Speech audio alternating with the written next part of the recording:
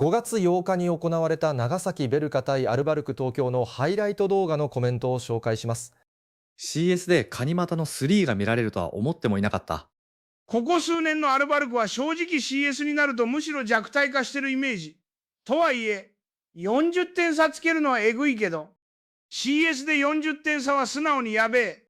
過去の CS の試合調べたけど、この試合終わるまでは22-23の千葉 VS 広島の98の69の29点差が最大だったらしい。11点も更新したのか。これがリーの力。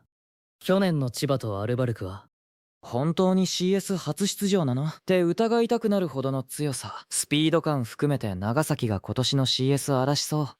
さすがに CS でこの負け方はグロすぎる。わら。マジーヒ本陣はアジア枠ダメだろう。わら。最高最高最高やばいやばい強すぎる。ロスター全員活躍とかどうなってんだよ。プラスマナスでも全員プラスだし、マジでこのままの勢いでてっぺん取ってほしい。馬場ちゃん無得点というレアケースですね。毎年の CS 出場チームもかなり固定化されてる近年の中で初出場チームがこうして切り崩してくれるのは嬉しい。誰がこんな大差がつくと予想できた。現地帰りびっくりしたわ。サムネのスタジョンがかっこよすぎる。やべえな、長崎マジ完成されてるチームだわ。どこが勝てるん？長崎優勝あるわこれ。今年はアルバルクかなって思ってたけど、手も足も出なかった。これは長崎県民羽田空港行きの飛行機購入確定ですわな。もう慌てるのは終わった。究極完全対長崎ベルカ。ここまでやれとは言っとらん。普通にベルカが強すぎた。アルバルクも強いんだけど、ここまで差をつけられるとは思わなかった。ここまで CS で強さを証明できたなら優勝あるのみ。強すぎるアルバルクファンですが、これは完敗だわ。すごいな。長崎なのかどうした。アルバルクなのか、さすがにこの点差は何と言っていいのか。Here comes Clay Thompson Aquaria。虚構新聞と言われてもギリ信じるレベルの展開。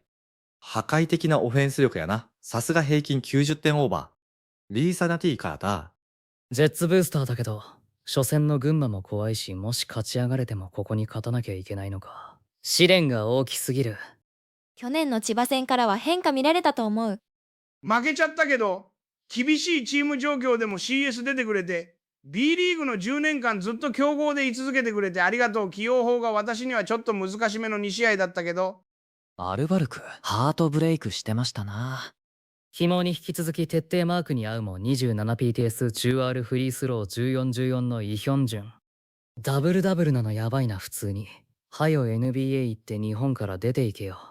フリースロー100発リオド不注力本当にやばいですよね。シャレアアルバルカーズじゃないけど意外て CS でこんな点差つくんか。次 SF いつ試合？長崎は？ CS は経験が生きると言われますが、勢いで駆け上がることもあるなと思わせられました。そのくらいゲーム2の長崎は強かった。負けたらモーディにでも殺されるのかなって思うくらい、みんな鬼ディフェンス。勝ちたいと思う気迫が東京より上回っているのが見て取れました。てっぺんまで駆け上がってほしいです。OKC 並みの強さと爆発力で笑えない？馬場、そんなに長く出てないし、無得点なのにチームでこの強さはえぐい。やっぱり長崎のタレント豊富度合いは異常。アルバルクは昨シーズンと同じ流れで終わったな。この2試合の長崎のプスマスのトップが馬場とアキル・ミッチェルなのがどれだけ DF が重要だったか物語ってる。この2人で長崎全体の DF インテンシティかなり上げてたよほんと。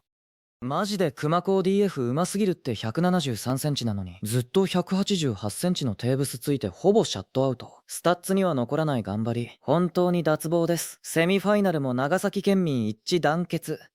正直な話、選手としても俺的に思えばテーブスより熊高の方が上な気がする。しかも熊高の DF の後のミッチェルの動きが素晴らしすぎましたね。秋田を出る喜び。テーブスがコンディション不良なのは忘れないでおくとして、熊高の DF はもちろん長崎の DF プランが完璧だった。テーブスのドライブコースは常に塞ぐか、インサイド陣もヘルプの準備して、PNR からの外国籍ミドルは打ってどうぞを徹底。ボールコントロールされたくないときは、スタジョンかババつけてボールを早く離させる。アルバルク自体、テーブスの PNR 以外のオプションがふわふわだから効果合戦だった。昨シーズンハンドラーと言える選手が、軒並み怪我とかでいなくて、つながりがなかったけど、熊谷来てくれていろんなのにつながるから、見てて楽しい。ファンの期待を裏切り続けたデイニアス・アドマイティス。昨日の敗戦の原因がメンタリティだと思って責任転嫁してるのはさすがにひどい。今日の言い訳はファンの声援が足りなかったとでも言うのかな。これだけお金使ったロスタにしといて4年間でセミファイナル1回進出しただけ。 TO 早めに取るけど何も修正せず流れ渡したまま点差離れてるのにちんたらハーフコートオフェンス使い殺した吉井コネで連れてきたグダイティスは契約解除。明らかに不適正なフォスターのハンドラー上げればキリがない。去年の時点でこの HC じゃ CS は勝てないことは分かっていたのに契約継続。さすがに GM もどうかと思う。長崎まで遠征したファンは何を思うのか。さすがに辞任だろう。新 HC 三河のあの方が噂されてるが果たして。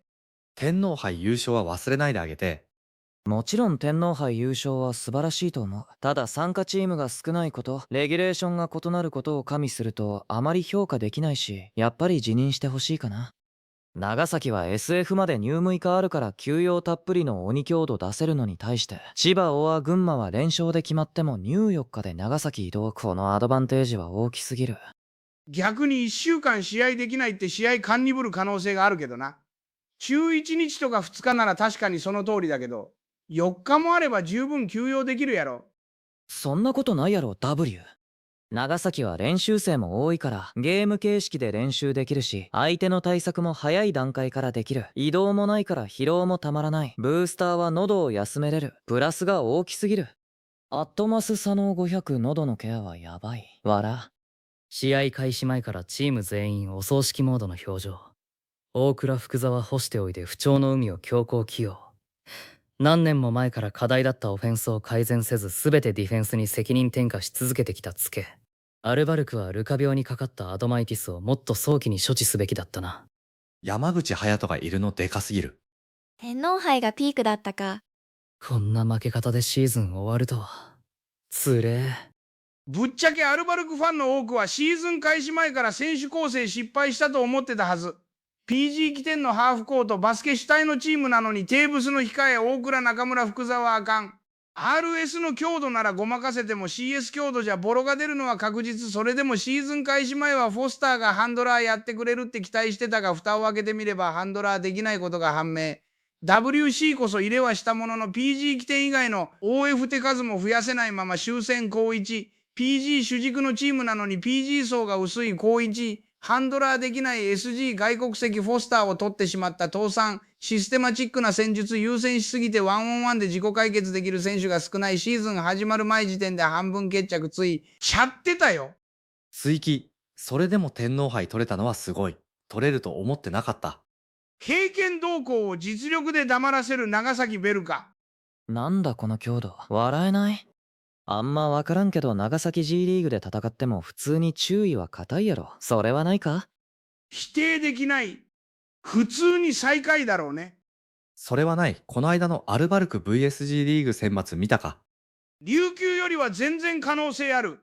宇都宮千葉あたりも戦えそう。まあ確かに最下位は言い過ぎた。現実的に東でも西でも11の13位くらいには行きそう。なぜ急に琉球？確かに俺は琉球ブースターだけど、上位で CS クラブの主なチームで勝手に比べた。ブースターだったかそれはすまん。でも今日の試合今見てたら変わったわ。やっぱ普通に強いね琉球。毎回 CS でギア上がんのなんなの W。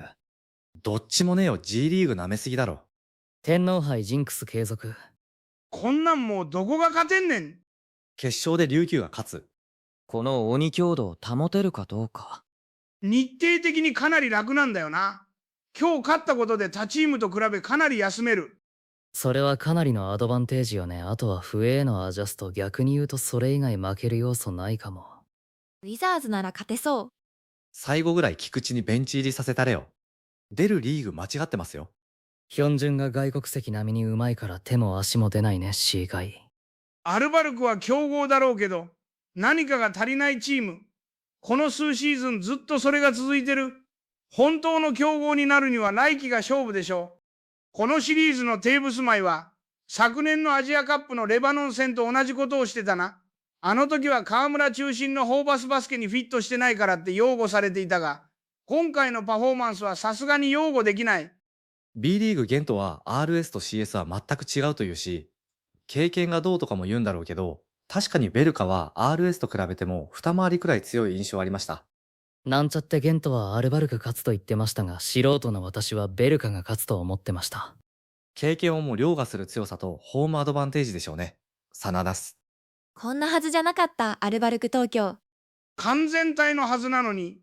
最強のディフェンダー、仕事人、メンターから越谷では経験を糧に昇格に貢献。戻ってきてからは精神的な大黒柱で缶の中の缶。アルバルクに残してくれたものは計り知れません。現役生活お疲れ様でした。たくさんの感動をありがとうございました。インスタの節分動画毎年楽しみでした。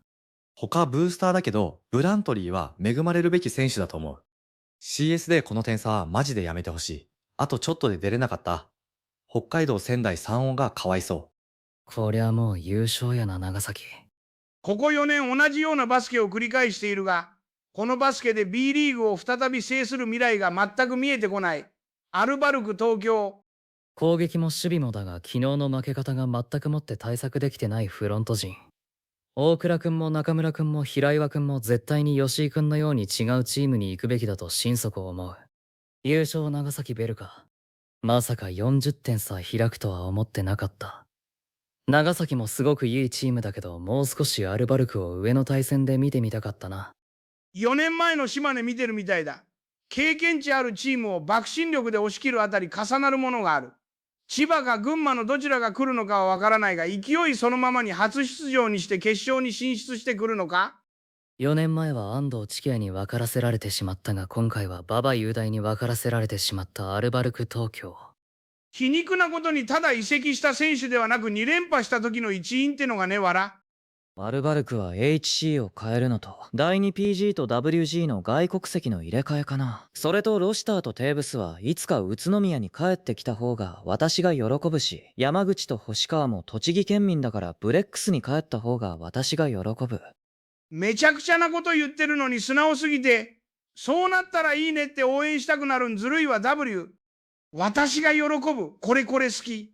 弱え。 CS 出てる時点で強いと思うけどな。自然と怒りの感情が湧かない。何故だ。同感。アルバルクとかいう長崎がいない天皇杯を勝っただけのボンフ集団。一応群馬千田ネカは倒してるからね。キカビッグマンでご利用しただけですやん。名古屋、北海道、長崎出てない。マジで JB とミッチェルがヤバすぎるアルバルクがここから追い上げ。って時にミッチェルのえげつないダメ押しって感じ。とにかく勝つよベルカ。群馬かジェッツかわからないけどやるぞ。CS 初出場の長崎ベルカがまさかの40点差という B リーグ CS 史上最大の大差で強豪アルバルク東京を圧倒。その完成されたチーム力と破壊的な勢いは早くも優勝候補として期待が集まります。